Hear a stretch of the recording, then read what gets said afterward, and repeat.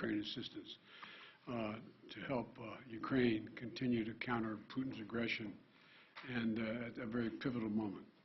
We need this bill to support Ukraine in this fight for freedom, and our NATO allies, our EU partners, they're going to pay their fair share of the cost as well, but we have to do this. We have to do our part as well, leading the alliance. The cost of this fight is not cheap, but caving to aggression is going to be more costly if we allow it to happen. We either back Ukrainian people as they defend their country, or we stand by as the Russians continue their atrocities and aggression in Ukraine. Every day the Ukrainians pay for the price, and the price they pay is with their lives for this fight. So we need to contribute arms, funding, ammunition, and the economic support to make their courage and sacrifice have purpose so they can continue this fight and do what they're doing. It's critical this funding gets approved, and approved as quickly as possible. You know, long before Russia launched its brutal invasion, I made clear how the United States would respond. Predicted they would invade, and they surely did. We said we'd not send U.S. troops to fight Russian troops in Ukraine, but we would provide robust military assistance and try to unify the Western world against Russia's aggression. I said I would impose powerful sanctions on Russia, and that we'd destroy this myth that somehow they could continue to move without the rest of the world acting. That we deploy additional forces to defend NATO territories, particularly in the east along the Russian and Belarus borders. That's exactly what we said we would do, and we did. But despite the disturbing rhetoric coming out of the Kremlin, the facts are plain for everybody to see. We're not attacking Russia. We're helping Ukraine defend itself against Russian aggression. And just as Putin chose to launch this brutal invasion, he could make the choice to end this brutal invasion. Russia is the aggressor. No ifs, ands, or buts about it. Russia is the aggressor, and the world must and will hold Russia accountable.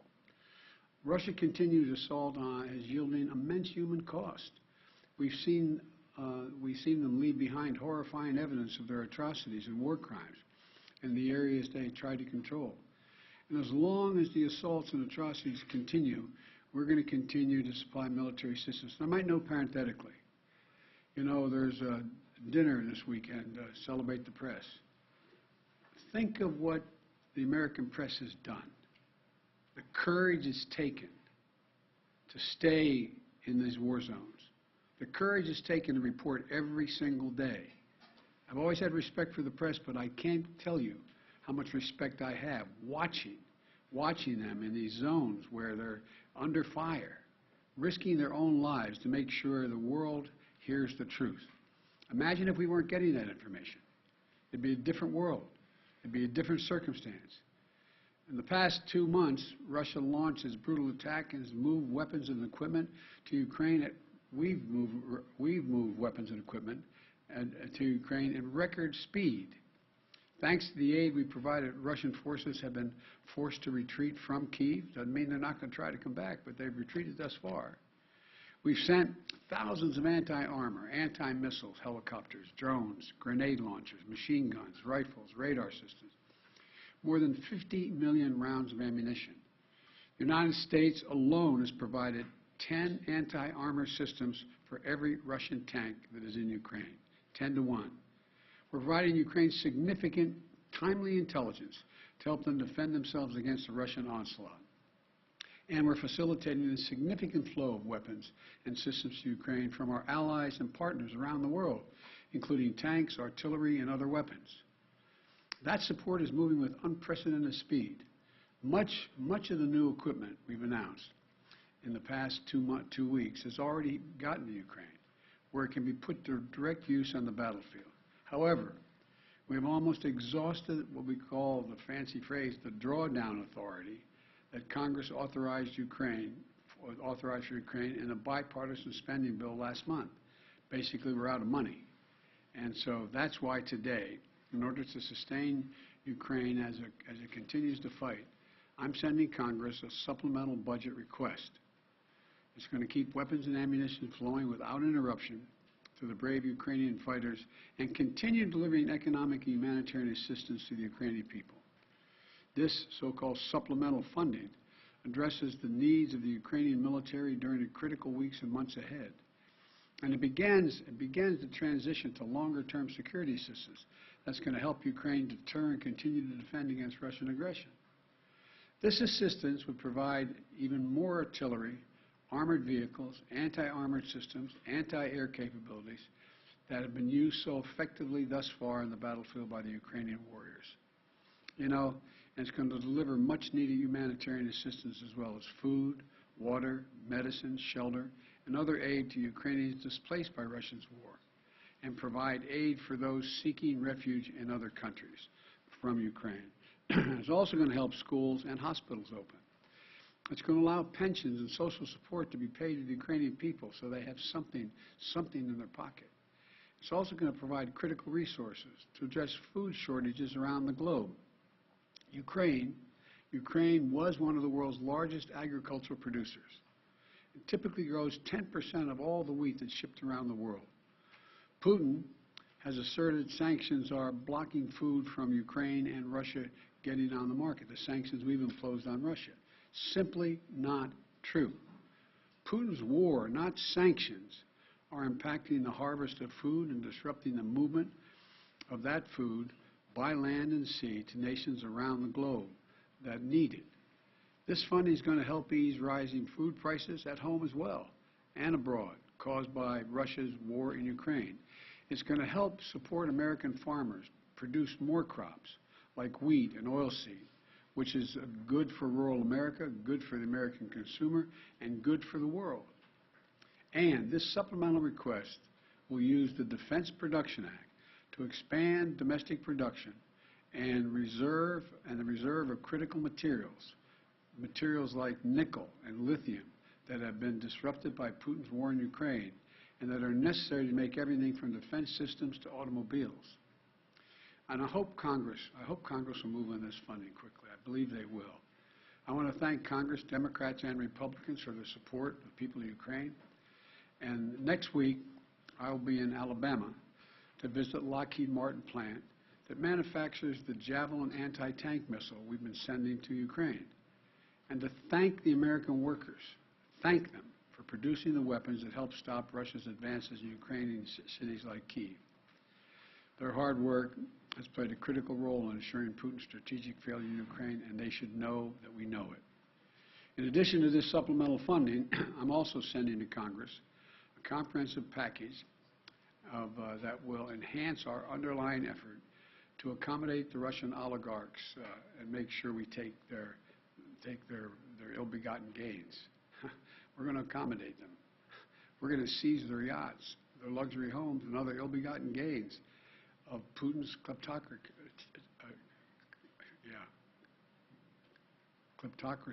And the guys who are the kleptocracies. But these are bad guys. This legislative package strengthens our law enforcement capabilities to seize property linked to Russia's kleptocracy. It's going to create new expedited procedures for forfeiture and seizure of these properties. And it's going to ensure that when the oligarchs' assets are sold off, funds can be used directly to remedy the harm Russia caused in their help build Ukraine. Additionally, yesterday, Russia threatened two of our allies with a cutoff of energy supplies. While America has ended all Russian fossil fuel imports because we're able to use our vast supply of power in our country, some European countries have faced more challenges in reducing their reliance on Russian fuel. Russia has long claimed to be, quote, the reliable source of energy for the world. No matter what the differences are, their customers are always going to be in good shape. But these actions prove that energy is not just a commodity that Russia sells to help meet other countries' needs, but a weapon we use to deploy against those who stand against their aggression. So let me be clear. We will not let Russia intimidate or blackmail their way out of these sanctions. We will not allow them to use their oil and gas to avoid consequences for their aggression. We're working with other nations like Korea, Japan, Qatar, and others to support our effort to help European allies threatened by Russia with gas, blackmail, and their energy needs in other ways. Aggression will not win. Threats will not win. This is just another reminder of the imperative for Europe and the world to move more and more of our power needs to clean energy. In the United States, we're doing that right now. Last year, we developed more solar, wind, and battery storage than any year in our history, enough to power 56 million American homes. Earlier this month, we acted to bolster the reliance on our nuclear energy facilities, which generates more than half of our carbon-free power. And we're just getting started. I look at this as a serious problem, but also an enormous opportunity, Bottom line, all these actions we've been taking are about this truth. Investing in Ukraine's freedom and security is a small price to pay to punish Russian aggression to lessen the risk for future conflicts. You know, throughout our history, we've learned that when dictators do not pay the price for their aggression, they cause more chaos and engage in more aggression. They keep moving. And the cost, the threats to America and the world keep rising. We can't let this happen. Our unity at home, our unity with our allies and partners, and our unity with the Ukrainian people is sending an unmistakable message to Putin. You will never succeed in dominating Ukraine. Finally, we're going to continue to deliver critical support to Ukraine. We must also not let our guard down in our fight against COVID-19 at home and abroad. That's why I'm again urging Congress to act on my request for $22.5 billion in emergency resources so the American people can continue to protect themselves from COVID-19. The reason we were so successful in the past is because I was able to work with drug manufacturers to order significant quantities of material we needed ahead of time to get in the front of the line. Without additional funding, we can't pre-order the amount of vaccines we need, and we risk losing our spot in line for vaccines that target multiple variants. We're running out of supply for therapeutics, like antiviral pills that we desperately need. Without additional funding, we're unable to purchase a life-saving treatment for the American people. We've donated more vaccines and treatments to the world than all other nations in the world combined. If the U.S. won't do it, no one else is really going to step up and do it. Without additional funding, the United States won't be able to help stop the spread around the world and close off ongoing sources of the supply chain disruptions. Look, let's get both of these critical tasks done. No delays, no excuses, just action, now. Thank you all. Thank you. Mr. President, what's your message to refugees on the... Go ahead. Okay. Watch your head, man. You're going to get hurt. He's turning that camera on. He's a gentleman. Mr. President, I wanted to ask what your message is to Ukrainian refugees on the southwest border and those that are trying to flee Ukraine from the violence. We have made a direct means by which they can get from Europe, from Ukraine, directly to the United States without going to the southern border. In the meantime, in the southern border, we're trying to work through and make sure that it's an orderly process they're able to get in. But just so you know, we have said there's no need to go to the southern border. Fly directly to the United States. We set up a mechanism whereby they can come directly with a visa. Mr. President, thank you. How worried are you by a growing number of Russian comments in the media and among some of their officials painting this conflict as actually already a conflict between NATO, the US, and Russia? They're painting in very alarmist terms, talking of nuclear weapons, saying it's a life or death struggle, etc. And just separately, well, connected to that, Lavrov himself says it's already a proxy war, not a direct war, but a proxy war. So are either of those two things true, and do they worry you, those statements? They're not true. They do concern me because it shows the desperation that Russia is feeling about their abject failure in being able to do what they set out to do in the first instance. And so I think it's more of a reflection, not of the truth, but of their failure. And so instead of saying that the Ukrainians equipped with some capability to resist Russian forces are doing this, they've got to tell their people the United States and all of NATO is engaged in taking out Russian troops and tanks, etc. So it's number one, it's an excuse for their failure. But number two, it's also, if they really mean it, no one should be making idle comments about the use of nuclear weapons or the possibility of the need to use that. It's irresponsible. Mr. President, on that, Mr. President, Mr. President, back on the border, Title 42, a number of your Democratic friends are pressuring the White House to maintain that policy. Can you give us a straight answer whether you're going to heed that request or you're going to get rid of it? I can give you a straight answer. We had proposed to eliminate that policy by the end of May. The court has said we can't so far, and what the court says we're going to do. The court could come along and say we cannot do that, and that's it. Mr. President, you say that this is not a proxy, but Russia clearly disagrees. They say that war means war. So how concerned are you that they may start to act accordingly, even if you disagree? We are prepared for whatever they do. What options do you have to ensure Poland and Bulgaria have sufficient supplies of gas? First of all, as you know, Poland has indicated they have significant reserves of gas that they have planned for, as does, not as much, but as does Bulgaria. And we have worked with our allies from Japan on to say that we may divert our sale of the natural gas that we're sending to those countries and divert it directly to Poland and Bulgaria. So that's as much as I can tell you right now. Sir, how concerned are you about a recession, given the GDP report today showed a contraction of 1.4% in the fourth quarter?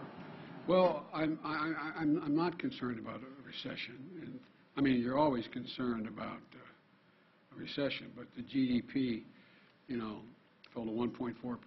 But here's the deal: we're also had last quarter consumer spending and business investment and residential investment increased at significant rates, both for leisure as well as hard products. Number one. Number two, unemployment is the lowest rate since 1970. A record 4.5 million businesses were created last year. We're in a situation where we have a very different view than Senator Scott of Republicans that want to raise taxes on the middle-class families and want to include half the small business owners, and that so I think what you're seeing is enormous growth in the country that was affected by everything from COVID and the COVID blockages that occurred along the way. Now, you always have to take a look, and no one is predicting a recession now. Some are predicting there may be a recession in 2023. I'm concerned about it, but I know one thing, that if our Republican friends are really interested in doing something about dealing with the economic growth, and they should help us continue to lower the deficit, which we've done last year with $350 billion. They should be willing to work with us to have a tax code that is actually one that works and everybody pays their fair share. And they should be in a position where you shouldn't be raising taxes on middle-class folks. You should be raising taxes on people who everyone acknowledges that the vast majority of Republicans aren't paying their fair share. I've said it 100 times. You have, 50 major corporations of the Fortune 500 companies made $40 billion last year, didn't pay a single penny. No one under our proposal, and again, their $400,000 a year, will see a penny in their taxes go up, not one penny. Mr. President, about tying COVID aid to Ukraine aid. Do you think COVID aid and Ukraine aid should be tied together in legislation? Well, I don't care how they do it. I'm sending them both up. I mean, they can do it separately or together, but we need them both. Mr. President, Majority Leader Schumer said yesterday that you're, quote, getting closer to using executive authority to cancel up to $50,000 in student loan debt. Can you confirm that? What exactly are you looking to plan to do here in the coming months? You mean my spokesman said that? Majority Leader Schumer. Look, number one, first thing we did was reform the system that was in place that didn't work for anybody, that allowed people to write off debt if they engaged in public service. We have almost 1,785,000, don't hold me the exact number, I'll get the number, 700 and some thousand have had debt forgiven, their whole debt forgiven because of their work working in either as teachers or other means by which they qualify. And we continue to make that easier. Secondly, I am considering dealing with some debt reduction. I am not considering $50,000 debt reduction, but I'm in the process of taking a hard look at whether or not there will be additional debt forgiveness, and I'll have an answer on that in the next couple weeks. How high are you looking Thank at? you. Thank you, guys. Thank you Thank very you, much. guys. Thank you. Thank you, Mr. President. Appreciate it.